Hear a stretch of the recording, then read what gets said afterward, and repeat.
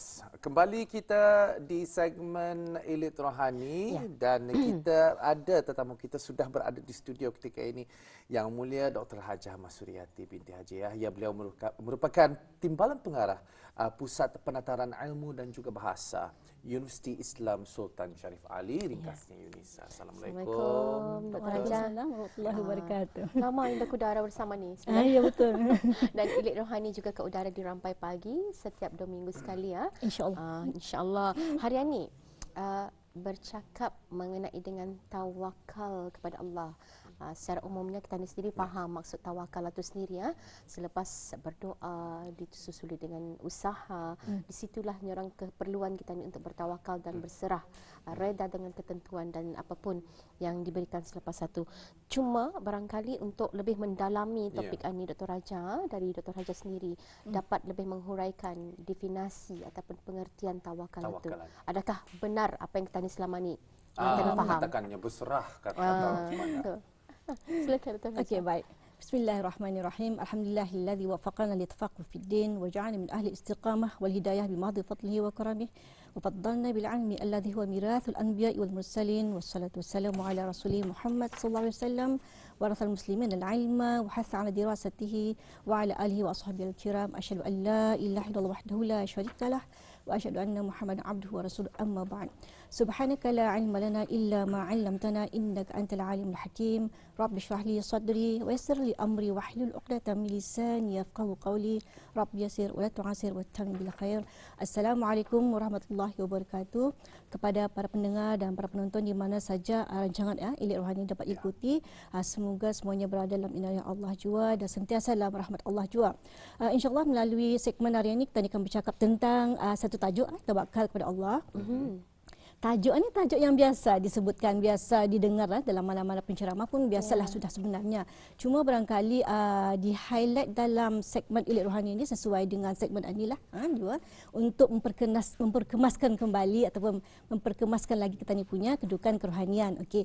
Dan sekalipun memang benar selama ni banyak orang bercakap tentang tawakal kepada Allah, tapi di sini kita akan membawa bersamalah, membawa bersama kepada orang luar yang di sana tu untuk tani mengemaskini balik apa selama ni yang kita faham tentang tawakal ni. Baik, mengenai dengan tawakal ni sebenarnya ia adalah salah satu sifat yang penting dalam ilmu akhlak dan yang punya satu kelebihan juga di dalam ilmu akhlak. Jadi menerusi penghayatan kita ni terhadap sifat ini, ia dengan sendirinya akan menjelaskan ataupun akan bakal menampakkanlah macam mana cara kedudukan keimanan kita ni itu kepada Allah Subhanahu Wa Taala juga sebenarnya. Jadi justru setiap orang yang beriman itu ia akan bertawakal dalam menjalani kehidupannya, berserah kepada Allah apapun jua yang datang kepadanya, sama ada yang baik, yang ada manfaatnya ataupun yang mudaratnya, semuanya itu ia akan berserah kepada Allah Subhanahu Wa Taala jua dan reda dengan apa jua takdir yang datang selepas itu. Jadi dari segi istilah tawakal ni ia adalah salah satu perkataan yang berasaskan daripada perkataan wakalah. Wakalah. Jadi wakalah ni ia sering digunakan dalam dua perkara, dalam dua perkara ataupun sering digunakan dalam dua keadaan. Pertama dalam bentuk yang memberi lantikan kepada seorang dengan penuh kepercayaan dan penuh amanah. Yang keduanya dengan memberikan kuasa dan memberikan kuasa dengan penuh kepercayaan. Itu di antara maksud ia ataupun dari segi istilah lah. Okey.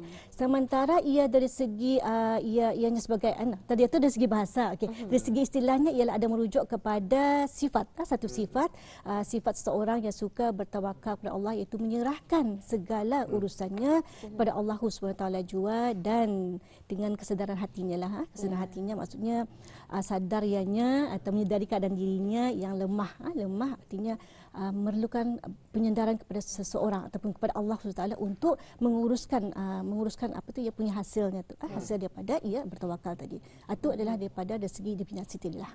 Okey. Itu adalah merupakan definisi bagi tawakal. Dan kita percaya saja apabila kita memperkatakan definisi seperti apa yang Ustazah katakan, Dr. Raja katakan tadi, tentang pengertian itu datangnya daripada wakalah. Wakalah. Ya, asas perkataannya adalah wakalah. Perkataan tersebut. Tapi menurut Al-Quran, pastinya definisi ini adalah lebih mendalam lagi. Dan pastinya apabila kita mengaitkan ini dengan Al-Quran, ada kisah-kisah yang berkaitan tentang contoh-contoh tentang apakah dia tawakal itu dan juga kebaikan yang bersangkutan dengan kehidupan bertawakal ini. Okey, baik. Tawakal ni kalau dalam dari segi Al-Quran, okey, kita ni akan merujuk salah satunya lah, okey, daripada surah Al-Anfal, okey, ayat 2 yang mana terjemahannya iaitu sesungguhnya orang-orang yang beriman ialah mereka yang apabila disebut nama Allah maka akan gemetarlah hati mereka dan apabila dibacakan kepada mereka ayat-ayat Allah tadi itu akan menambahkan iman mereka dan kepada Allah Ta'ala jualah mereka berserah ataupun bertawakal. Jadi tawakal dalam ayat ini adalah merupakan salah satu kriteria utama bagi seorang mukmin yang sebenar-benarnya daripada ayat itu tadi. Jadi artinya sebagai salah satu ciri pokok keimanan yang sebenar dan sempurna kepada Allah apabila adanya sikap pasrah tu ataupun sikap tawakal itu ada dalam diri kita ni. Itu petunjuk iman seorang mukmin. Itu sebenarnya daripada ayat tadi itu. Itulah ya, barangkali ada beberapa contoh-contoh yang seperti yang Fakul nyatakan yang turut terkait di dalam Al-Quran berkenaan dengan tawakal ni, Dr. Raja. Okey, baik. Tawakal ini sebenarnya sebenarnya bukannya kita ni menyerahkan bulat-bulat. Okey. Ia sebenarnya bermula daripada usaha kita ni juga. Mesti ada usaha. Ini boleh kita ni menyerahkan sesuatu tu tanpa kita ni berusaha. Contoh mungkin kalau misalnya seseorang yang akan masuk periksaan, okey, ia sudah ada tahu jadualnya bila, tapi ia tidak buat persiapan. Tiba-tiba terus masuk dewan saja. Terus masuk dewan dan artinya bertawakal takut saja. Artinya dah boleh. Tapi tahu pula keputusannya nanti tuan. Tidak boleh tidak boleh. Apa yang tani tanam yang tani tuai. Itulah. Tidak boleh seperti itu Okey, maksudnya kalau tawakal tu kita mesti ada usaha kita ni. Berusaha, kemudian usaha itu pun tidak boleh kita ni meninggalkan usaha cuma itu saja. Mesti kita ni berdoa. Berdoa mohon supaya apa yang kita usahakan itu okey, diberkati Allah, diredai Allah, okey, akan Allah Taala. Maksudnya apa juga yang kita pohonkan, semoga Allah memakbulkan apa yang kita pohon dan akhirnya kita ni bertawakal. Macam itu. Baik, mungkinkah kadang-kadang ia kerana terbiasa kita ni lisankan, jadi pemahaman itu hanya apa yang setakat ada di minda ataupun yang kita ni rasa, tapi dengan adanya penerangan daripada Dr. Hajah sebentar tadi dari segi bahasa ini, dari segi istilah macam ni, dan dalam Al-Quran sendiri pun ada menyebutkan macam mana untuk kita ni sebenar-benarnya bertawakal. Jika kamu benar-benar tawakal kepada Allah, dan juga hari akhirat di mana kita ni akan merasa gentar dan dari segi gerak perbuatan tindak tanduk kita ni itu pun akan senantiasa dijaga. Tetapi bukan fake tapi menjaga sebenarnya kan.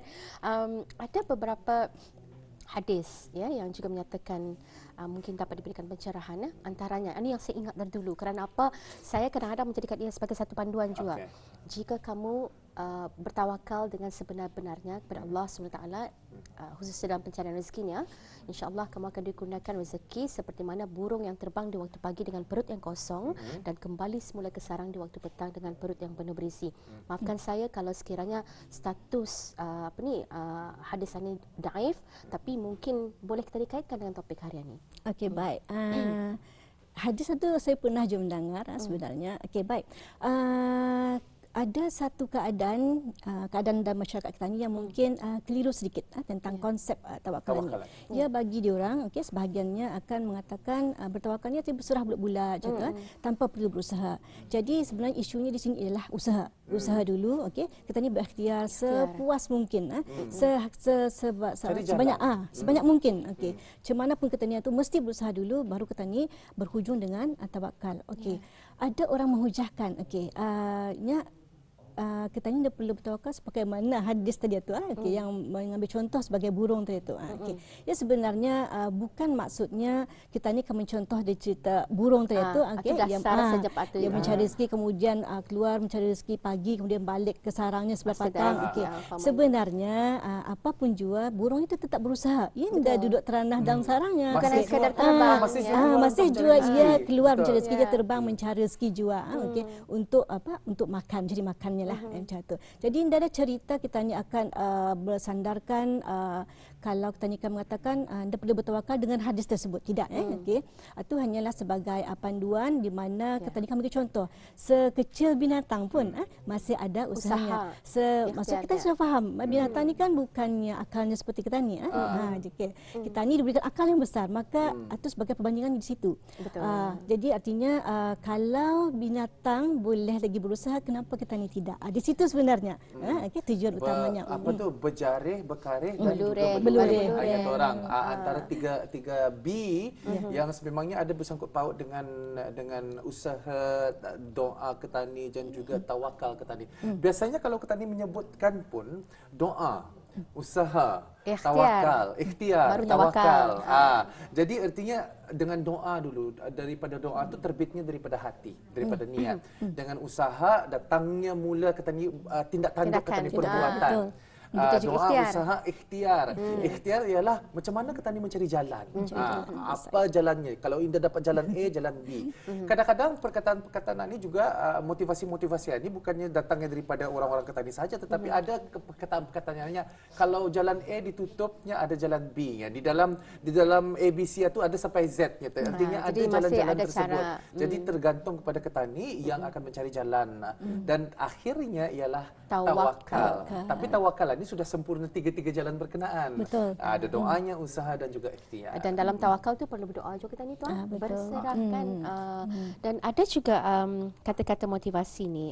The best attitude words, I will win. Not immediately, but definitely. Jadi mungkin ini juga turut terkait dengan doa, usaha, ikhtiar dan tawakal. Apa pendapat Dr. Haji? Ya sebagaimana disebutkan tadi, tawakal tu memang bermula daripada proses kita ni berusaha. Berusaha, kemudian kita ni berikhtiar mendapatkannya macam mana.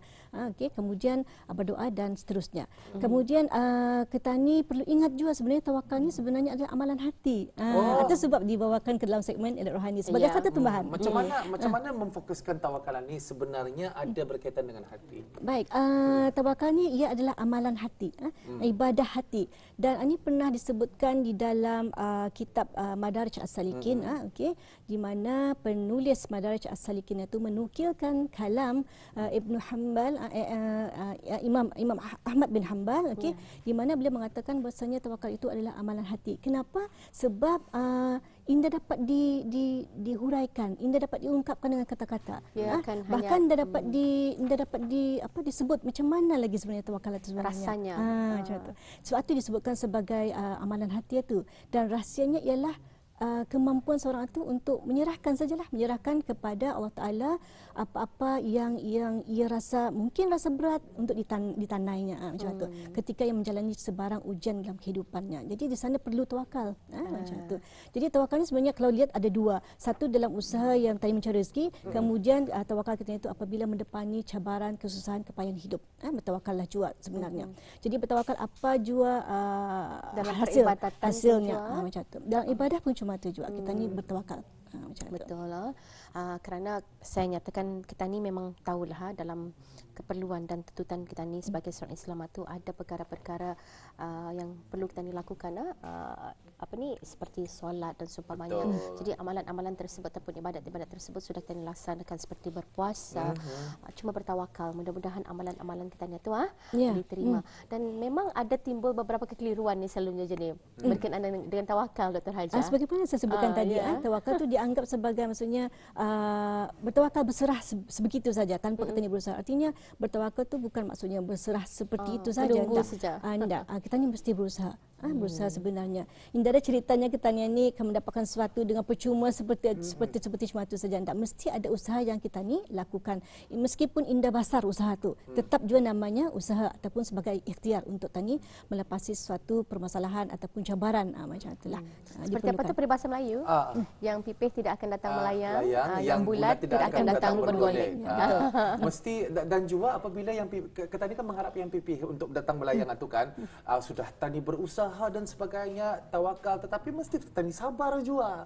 Jadi apa agaknya kesabaran itu adalah satu perkara yang amat penting sekali dalam ani Dr. Hajah amalan hati Jun ya. Tetapi bagi saya dengan tawakal dengan sabar ini mempunyai satu gandingan yang amat mantap. Seperti aur dengan tebing. Mungkin boleh dijadikan kesimpulan. Okey, baik. Kalau dari sudut pandangan orang tasawuf, ya tawakal ni dah berdekatan dengan redha.